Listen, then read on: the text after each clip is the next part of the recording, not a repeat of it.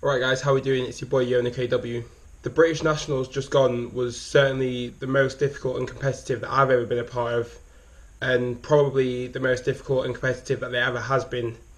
In the prelim, there were 4 boys that went over 400 points, and it also took a score of 366 points just to make it through to the final, which is probably a higher standard than most Grand Prix around the world. In the final, 4 of us scored over 428 points, and 1 diver was just 0.40 away from scoring over 400.